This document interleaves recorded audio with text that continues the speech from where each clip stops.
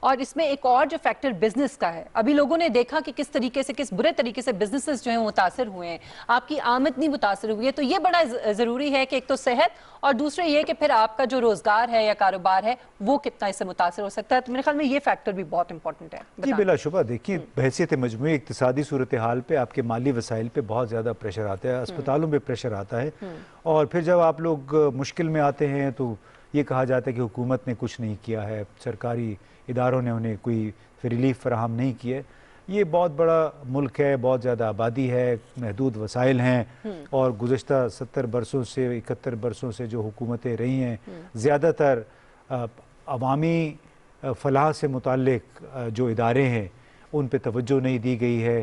اگرچہ گزشتہ 6 مہینوں کے دوران ہمارا جو پبلک ہیلتھ کیئر ہے اس میں اتنی انقلابی تبدیلیاں آئی ہیں. بالکل, وہ کورونا آ گیا تو اس کی وجہ سے یہ ہوا کہ ہر ہسپتال میں وینٹیلیٹر پہنچ گیا, ہر ہسپتال میں آکسیجن بیڈز پہنچ گئے ہیں, جو وہ دوائیاں جو کہ اس صورتحال میں مفید ثابت ہو سکتی ہیں وہ پہنچ گئی ہیں. ایپس بنی ہیں جس سے بڑی سہولت ہوئی ہے. بالکل, تو اس میں ہمارے جو پڑوسی ملک چین ہے اس نے بھی بڑا کردار ادا کیا. ہمیں وہاں سے بھی کافی رہنمائی ملی, نہ صرف رہنمائی ملی بلکہ وہاں سے میڈیکل ٹیمز آئیں. انہوں نے جس حکمت عملی کے ساتھ چین نے اس پہ قابو پایا, اسی حکمت عملی کا مظاہرہ یہاں بھی دیکھنے میں آیا. تو لگتا ہے کافی صلاح مشورہ ہو رہا تھا. جو سمارٹ لاک ڈاؤنز تھے اور جس انداز میں ایس او پیز انفورس کروائی گئیں اور ڈیٹا بیس فیصلے ہوئے پورے ملک کے اندر, درمیان میں صوبوں کے درمیان, صوبوں اور مرکز کے درمیان تھوڑا بہت ٹسل بھی چل رہی تھی, لیکن بحیثیت مجموعی ہمارا گراف ٹھیک رہا. اور وہ صرف اس وجہ سے کہ احتیاط ہوئی, جو ایس او پیز تھے اس پہ عمل درآمد کیا گیا ہے. تو امید یہ کرنی چاہیے کہ عمل درآمد کریں, ورنہ آپ پڑوس میں دیکھ لیں بھارت میں کیا ہو رہا ہے. 80,000 یومیہ کیسز, نئے امریکہ کا بھی ذکر کرنا چاہ رہی تھی. امریکہ کا تو بہت امپورٹنٹ ہے ذکر کرنا, کیونکہ اب وہاں پہ تو صدر ٹرمپ خود متاثر ہو گئے ہیں, جو مذاق ایک طرح سے اڑاتے تھے کرونا تو ہے ہی نہیں, تو عام فلو ہے. پھر فرسٹ لیڈی جو ہے میلینیا ٹرمپ, وہ بھی متاثر ہوئی ہیں اس سے. تو امریکہ میں تو یہ صورتحال, اور 50,000 کے قریب کیسز جو ہیں, کل 48,000 تقریباً کیسز تھے, نئے کیسز. 48,000 صرف ایک دن میں ان کے ابھی کیسز ہوئے ہیں. اور میں دیکھ رہا تھا کہ ٹرمپ صاحب نے مارچ سے لے کے اور گزشتہ 2 روز قبل جو ان کی جو بائیڈن کے ساتھ ڈیبیٹ ہوئی اس میں بھی انہوں نے چین کا ذکر کیا. یعنی ایک کو انہوں نے فکرہ استعمال کیا کہ China is responsible for it, it was China plague, یعنی چین اس کا ذمہ دار تھا اور یہ چائنا سے آئی ہوئی وبا تھی. چائنا وائرس بھی کہتے رہے ہیں وہ اس کو بار بار. وہ میں بتا رہا ہوں, اس کی طرف آ رہا ہوں. تو اور اس کے سے پہلے انہوں نے جون میں ایک اپنے پارٹی کنونشن سے وہ خطاب کر رہے تھے, تو اس میں انہوں نے بڑے ایک مذاق خیز انداز میں کہا کہ کنگ فلو, یعنی آپ کو یاد ہوگا کنگ فو کا ایک کردار تھا جس پہ فلم بھی بنی ہوئی تھی, تو انہوں نے اس کے وزن پہ یہ بات کہی کہ میں تو اس کو کہوں گا کنگ فلو ہے. سو اس پہ بڑے لوگوں نے تالیاں بھی بجائیں. اور اس سے پہلے مارچ میں انہوں نے کہا تھا کہ دس از ووہان وائرس, کیونکہ ووہان میں یہ بیماری پہلے آئی. تو اب دیکھیے قدرت کی ستم ظریفی کہ, اور اس پہ جو نیو یارک کے گورنر ہیں اینڈریو کومو, انہوں نے بھی اس پہ بڑی تنقید کی تھی, کیونکہ نیو یارک وہ ریاست ہے بہت گنجان آباد ہے اور سب سے زیادہ تباہی پہلے 3-4 مہینوں میں نیو یارک میں ہوئی تھی. اور ان صدر ٹرمپ اور اینڈریو کومو کے درمیان اس معاملے میں کافی تلخی بھی ہوئی, کیونکہ اس جون تک صدر ٹرمپ نے اس کو سنجیدگی سے نہیں لیا تھا. اب جب 2 روز پہلے سنجیدگی سے لے لیں گے, گزشتہ روز جب یہ خبر گئی ہے اینڈریو کومو کے پاس, تو میں دیکھ رہا تھا انہوں نے ان کو ایک صحتیابی کا پیغام بھی بھیجا. انہوں نے کہا کہ یہ سیاست اپنی جگہ, سیاسی اختلافات اپنی جگہ, لیکن یہ کہ اللہ کرے کہ صدر صاحب جلد صحت یاب ہو جائیں. تو ابھی وہ جو باتیں کرتے رہے میرے خیال میں, وہ اگر ہم لوگوں کو بھی سنائیں تو ذرا تھوڑا سا ریکال کرتے ہیں کہ وہ مختلف اوقات میں کیا کہتے رہے ہیں, ذرا دکھائیے گا. You keep calling this the Chinese virus. There are reports of dozens of incidents of bias against Chinese Americans in this country. Your own aide, Secretary Azar, says he does not use this term. He says ethnicity does not cause the virus. Why do you keep using this? A lot of people say it's racist. It's not racist at all, no, not at all. It comes from China. My question is, have you seen anything at this point that gives you a high degree of confidence that the Wuhan Institute of Virology was the origin of this virus? Yes, I have. And what gives you a high degree of confidence that this originated from the Wuhan Institute of Virology? I can't tell you that. Do you think that withholding information about the virus is related to them trying to undermine your re-election? No, I don't want to put any cast any dispersions. I just will tell you that China would like to see sleepy Joe Biden. They would take this country for a ride like you've never seen before.